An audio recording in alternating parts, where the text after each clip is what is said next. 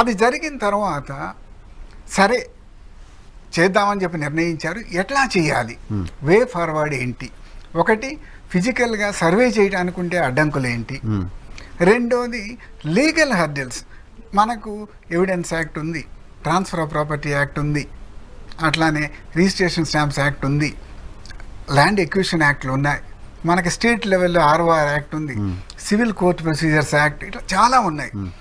వీటన్నిటిలో కూడా ఎక్కడో ఒక చోట అమెండ్మెంట్లు కావాల్సి వస్తాయి ప్రతి దానికి. ఎందుకు అంటే మనకు ఒక పక్కా టైటిల్స్ ఇవి ఇచ్చే విధంగా మనం ఆ యాక్ట్ని ఎప్పుడు తయారు చేసుకోలేదు.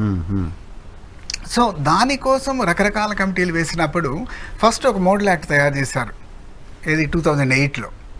తర్వాత లేదు దీంతో ప్రాబ్లమ్స్ వస్తాయి, మనం ఈ యాక్ట్లు ఇవన్నీ అమెండ్ కావాలి కాబట్టి అని చెప్పి మరలా 2011లో ఒకటి తయారు చేశారు, 2015లో ఒకటి చేశారు. 15లో యాక్ట్ వాళ్ళు మోడల్ యాక్ట్ తయారు చేసిన తర్వాత దానికి అనుగుణంగా రాజస్థాన్ గవర్నమెంట్ ఒక యాక్ట్ తీసుకొచ్చారండి. ఆల్రెడీ తెచ్చారు కాకపోతే ఏంటంటే వాళ్ళు రాష్ట్రం మొత్తం చేయకుండా, మొత్తం కష్టం అవుతుంది, ఫేజ్డ్ మేనర్లో చేస్తామని అర్బన్ ఏరియాస్ ఫస్ట్ చేస్తాము. Rajasthan urban land certification of titles act 2016 BJP government Vasundhara Raje Scindia సీఎంగా ఉన్నప్పుడు చేశారు. ఫోర్స్ లో ఉందా సార్, ఇంప్లిమెంట్ అవుతుందా అంటే ఎంతవరకు పూర్తయిందో తెలియదండి. యాక్ట్ తెచ్చారు, ఇంప్లిమెంట్ చేశారు, దాని మీద లిటిగేషన్ ఏమీ లేదండి. తెలిసిన క్వశ్చన్ అంటే అర్బన్ ఏరియాస్లో ఉన్న అడ్వాంటేజ్ ఏంటంటే ఇప్పుడు మన స్టేటే తీసుకుంటే 1,24,000 స్క్వేర్ కిలోమీటర్స్ అండి. అర్బన్ ఏరియాస్ మనకు 123 మున్సిపాలిటీలు తీసుకుంటే only 5,000 square kilometres. Okay. So తక్కువ టైంలో చేయొచ్చు, తక్కువ ఎఫర్ట్తో చేయొచ్చు అనేది ఉద్దేశంతో వాళ్ళు ముందు ఇది సక్సెస్ అయిన తర్వాత రూరల్ ఏరియాస్కి వెళ్దామని తీసుకున్నారు. తరువాత దానిలో అగైన్ మళ్ళీ కొన్ని లోపాలు గుర్తించారు government of India, legal issues కొన్ని అరైజ్ అవుతాయని చెప్పి. అప్పుడు వినోద్ కుమార్ అగర్వాల్ అని చెప్పి మన వైఎస్ఆర్ సీఎంగా ఉన్నప్పుడు ఒక పైలట్ ప్రాజెక్ట్ భూభారతి అని నిజామాబాద్లో నిజామాబాద్లో హర్షవర్ధన్ గారు జాయింట్ కలెక్టర్గా ఉండి ఎగ్జాక్ట్లీ చేశారు కదా. దానిలో కొన్ని హర్డిల్స్ వచ్చినాయి. వచ్చినప్పుడు ఇక్కడ మనం యాక్ట్ తయారు చేయాలని ఒక డ్రాఫ్ట్ చేశారండి. అప్పుడు చేసిన తర్వాత గవర్నమెంట్ ఆఫ్ ఇండియా పిలిచి, అరే ఇది నేషనల్ ప్రాబ్లము, మీ స్టేట్ ప్రాబ్లం కాదు, నీ ఆధ్వర్యంలో కమిటీని వేస్తామని ఆయనకి కొంత ఎక్స్పర్ట్స్ని ఇంకా జోడించి ఒక కమిటీని వేశారు వికే అగర్వాల్ తోటి. వే ఫార్వర్డ్ ఎట్లా తీసుకెళ్ళాలి అని. అప్పుడు లీగల్ ఫ్రేమ్ వర్క్ ఆయన ఏం చెప్పారంటే, ఎవిడెన్స్ యాక్ట్ అంటే ప్రిజంప్టరీ టైటిల్స్, దాన్ని అమెండ్ చేయాలి. రిజిస్ట్రేషన్ యాక్ట్లో ఓన్లీ డాక్యుమెంట్స్ మాత్రమే రిజిస్టర్ అవుతున్నాయి, డీడ్స్, టైటిల్ రిజిస్ట్రేషన్ కావాలి, అదే అమెండ్ చేయాలి. ట్రాన్స్ఫర్ ఆఫ్ ప్రాపర్టీ యాక్ట్లో ఓన్లీ కాంట్రాక్ట్, దాన్ని అమెండ్ చేయాలి. ఇలా రకరకాల యాక్ట్స్ అమెండ్ చేసుకుంటూ పోవాలి. దాదాపు ఈ quoted something like 8 or 11 acts amend చేయాలి, సెంట్రల్ యాక్ట్స్ అని మోస్ట్లీ. ఇవన్నీ చేయటము పెద్ద తలకాయ నొప్పి పని, రకరకాల మినిస్ట్రీలు ఇన్వాల్వ్ అయ్యి ఉన్నాయి, ఎన్ని సంవత్సరాలు పడుతుందో తెలియదు. దీనికంటే బెటర్ ఆప్షన్ లీగల్ ఎక్స్పర్ట్ చెప్పింది, స్టేట్ లెవెల్లో ల్యాండ్ స్టేట్ సబ్జెక్ట్ కాబట్టి ఒక ప్రత్యేకమైన చట్టం తీసుకుని వచ్చి over riding the provisions of all these acts అని చెప్పి పెట్టి సెంట్రల్ కాంకరెన్స్ తీసుకుంటే అయిపోతుంది కదా, ప్రెసిడెన్షియల్ కన్సెంట్ తీసుకుంటే సింపుల్ సొల్యూషన్. ఇన్ని యాక్ట్లు అమెండ్ చేయాల్సిన పని లేదు. బికాస్ కొత్త యాక్ట్ ఏం చెప్తుందంటే ఓవర్ రైడింగ్ ద ప్రొవిజన్స్ అంటే contrary to what ever it is in any act, ఇదే ప్రివైల్ అవుతుంది అని చెప్తుంది. కాబట్టి ఒక యాక్ట్ తీసుకురామని చెప్పి అన్నప్పుడు దానికి అనుగుణంగా నీతి ఆయోగ్ కొత్త మోడల్ యాక్ట్ రిలీజ్ చేస్తుంది. ఎప్పుడు సార్ అది? ఇది 2019లో మోదీ గారి సర్కార్. ఇది అప్పుడు ఐ థింక్ హిందూలోనే ఎక్కడ వచ్చిన coverage, NITI Aayog religious draft model act on land titles. ఇది వచ్చిన తర్వాత మనం 2019లో గవర్నమెంట్ ఫామ్ కాగానే అంతకుముందు రాజశేఖర రెడ్డి గారు ఉన్నప్పుడు తీసుకొచ్చినటువంటి డ్రాఫ్ట్ యాక్టు, ఈ మోడల్ యాక్ట్ ఇవన్నీ కూర్చోబెట్టి నేనే దగ్గరుండి ఇంకా వినోద్ కుమార్ అగర్వాల్ని పిలిపించి మన విజయవాడ ఆయన్ని 3 రోజులు ఏమో కూర్చోబెట్టి మిగతా వాళ్ళ సర్వే డిపార్ట్మెంట్ డైరెక్టర్ని వాళ్ళని కూర్చోబెట్టి we have drafted N act as per the basically based on the model act of the government of India. దాంట్లో మన స్టేట్ స్పెసిఫిక్ మైనర్ ఇవి చేసామండి.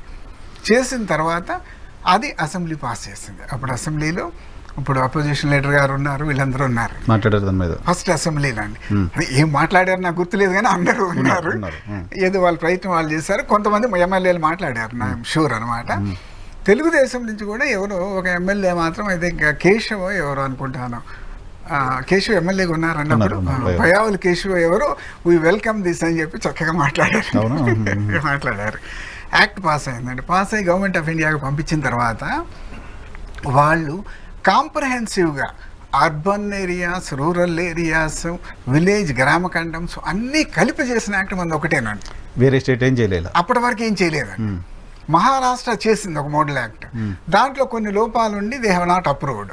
మీరు మళ్ళీ ఆంధ్ర యాక్ట్ అది చూసి ఇంకా ఇంప్రూవ్ చేసుకురండి అన్నారు. ఇప్పుడు మధ్యప్రదేశ్ చేశారు, గుజరాత్ చేశారు. All of them are following our act అండి. ఓహో, మన తర్వాత అంటే మన యాక్ట్ పంపించి ఇప్పుడు సెక్రటరీ ఇది అప్రూవ్ అయినప్పుడు కిర్కీ గారు ఉండేవారండి. Is Madhya Pradesh cadre, land card secretary గారు ఢిల్లీలో. ఆయన మన కాపీ పంపించి అర్జెంట్గా మీరు చేసి పంపించండి నేను మధ్యప్రదేశ్. గుజరాత్ ఎట్లా ప్రైమ్ మినిస్టర్ గారు ఉన్నారు కాబట్టి ఎవరి సెక్రటరీ టేక్స్ ఇంట్రెస్ట్, అవన్నీ పంపించారు. అన్ని దాదాపు రెడీ అయిపోయినాయి అంటే వాళ్ళ దగ్గరే ఉన్నాయి. బిల్ పాస్ అవ్వాలి అక్కడ, ఇంకా మందే ఫస్ట్ అండి పాస్ అయింది. All of them are with Delhi. I think they are pursuing. ఇప్పుడు ఈజీ అయిపోతారు, ఒక యాక్ట్ క్లియర్ చేశారు కాబట్టి. అలా వాళ్ళు ఏం చేస్తారంటే 3 సంవత్సరాలు తీసుకున్నారండి మన యాక్ట్ క్లియర్ చేయడానికి. ఈచ్ అండ్ ఎవరీ డిపార్ట్మెంట్, ఇప్పుడు డిపార్ట్మెంట్ ఆఫ్ ల్యాండ్ రికార్డ్స్, అదేవిధంగా ఐటీ, కొత్త ఐటీ చట్టాలు తెచ్చారు. దాంట్లో ఉన్నటువంటి ప్రొవిజన్స్ దీంట్లో ఇన్కార్పొరేట్ చేయలేదని. దెన్ అదర్ కనెక్టెడ్ డిపార్ట్మెంట్, న్యాచురల్గా లా డిపార్ట్మెంట్ వాళ్ళు ఎగ్జామిన్ చేయాలి, మిగతా చట్టాలతో ఏమైనా క్లాష్ ఉందా అని చెప్పి. హోమ్, ఇవన్నీ కన్సాలిడేట్ చేసి ఇష్యూస్ రైజ్ చేసేది. వీళ్ళందరూ ఎగ్జామిన్ చేసి దే రైజ్డ్ 60 అబ్జెక్షన్స్ అండి మన యాక్ట్ పైన. ఇదిగో ఇక్కడ దీని మీద క్లారిఫికేషన్ కావాలా, దీని మీద అమెండ్మెంట్ కావాలి, ఇవన్నీ. Then we coopted NALSAR university అండి, మాతో పాటు వర్క్ చేసి ఈ అమెండ్మెంట్స్ అవి దీనికి సరైనటువంటి సమాధానం మనం ఇవ్వగలమా, లేదా వాళ్ళు చెప్పినట్లు ఏమైనా అమెండ్మెంట్ తీసుకుందామా అని చెప్పి వాళ్ళని కోఆప్ట్ చేశాము. అప్పుడు మాకు సునీల్ అది పరిచయం అయ్యారండి. ప్రొఫెసర్ ఉన్నారు కదా, adjunct professor. Is one of the top brains in land laws నా పర్సనల్ అసెస్మెంట్ ప్రకారం.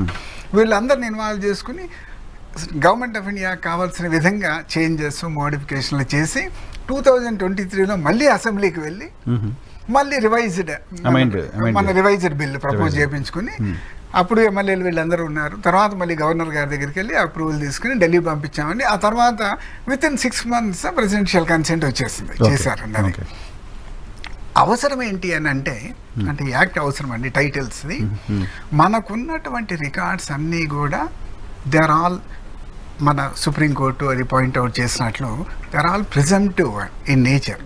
కారణం ఏంటంటే land historically, conceptually belongs to sovereign అండి. సావరిన్ అంటే ఆ రోజు కింగ్, క్వీన్, ఈ రోజు elected government. So land belongs to the sovereign. So sovereign is the owner. It is the sovereign's choice and వాళ్ళ ఇంట్రెస్ట్. మనము దున్నుకునే వాళ్ళకు, దాని మీద ఉపయోగించుకునే వాళ్ళకు ఏమి రైట్స్ ఇవ్వాలి అనేది it's the choice of the sovereign elected government. So అప్పుడు రైతువారీ సెటిల్మెంట్ చేసినప్పుడు revenue was the primary cause Britishers. దాన్ని దృష్టిలో పెట్టుకుని వాళ్ళు కొన్ని రైట్స్ ఇవ్వచ్చు. నువ్వు దున్నుకోవచ్చు, నువ్వు ఇది చేసుకోవచ్చు, అది చేసుకోవచ్చు, నువ్వు మార్టిగేజ్ చేసుకోవచ్చు, నువ్వు అమ్ముకోవచ్చు, నువ్వు గిఫ్ట్ చేసుకుని వారసత్వం కింద పంపించుకోవచ్చు, కొన్ని రైట్స్ వాళ్ళు ఇచ్చారు. దెన్ మీకు అదర్ టెన్యూరియల్ సిస్టమ్స్ ఉన్నాయి, అది గవర్నమెంట్ ల్యాండ్ వరకు. అదర్ టెన్యూరియల్ సిస్టమ్స్ అంటే మీకు ఈనామ్స్, ఎస్టేట్స్ ఇవన్నీ ఉన్నాయి. అంటే వెనక సావరిన్ని వాళ్ళకి ఒక్కొక్కరికి 1 లక్ష ఎకరాలు ఇచ్చి నువ్వు మేనేజ్ చేసేసి మాకు ఇంత పన్ను కట్టు, బ్యాలెన్స్ నువ్వు వసూలు చేసుకొని అది ఇచ్చేవాళ్ళు కదా. అట్లా అవన్నీ అబాలిష్ చేసాం మనం స్వాతంత్రం వచ్చిన తర్వాత. వాటి కింద కొన్ని రైట్స్ ఇచ్చినాము. బట్ మీరు ఎప్పుడు చూసుకున్నా కూడా ఇవన్నీ కండిషనల్ రైట్స్ అండి. Ownership we never gave. Ownership continue to west with sovereign. మనము కొన్ని పట్టా ఇచ్చి ఇదిగో నువ్వు ఈ పని చేసుకోవచ్చు, ఈ పని చేసుకోవచ్చు, ఈ పని చేసుకోవచ్చు అని చెప్పి సర్టన్ కండిషనాలిటీస్ పెట్టి మనం ఇచ్చేస్తూ పోయామండి.